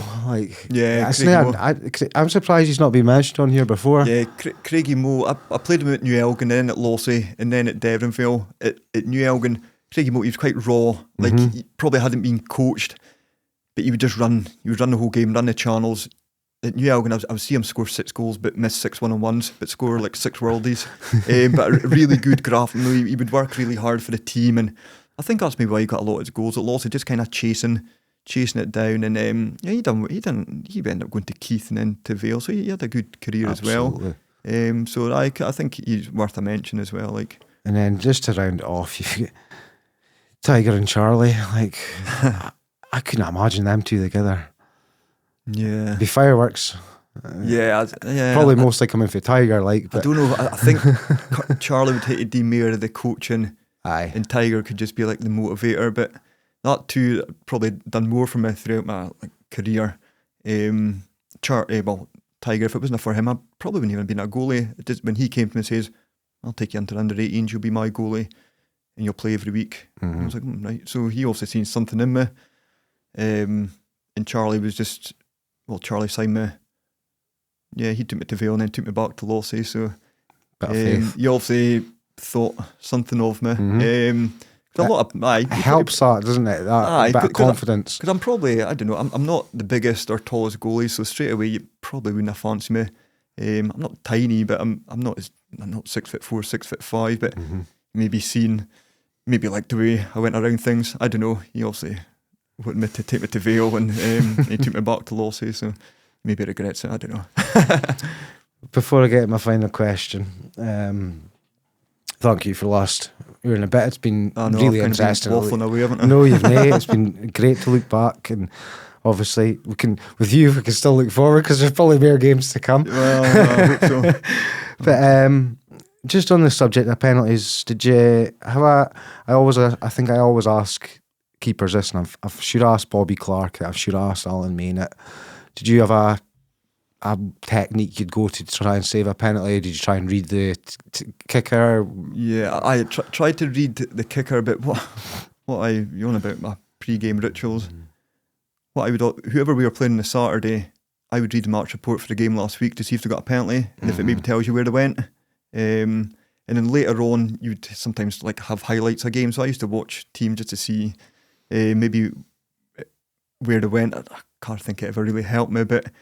What I did find, left footers usually go across himself. Yep. So if it was a left footer, I would always dive to my left. Even if I think they're going to go to my right, I was like, low averages say he's going across his body. I remember a penalty shootout for Devonville in the Highland League Cup.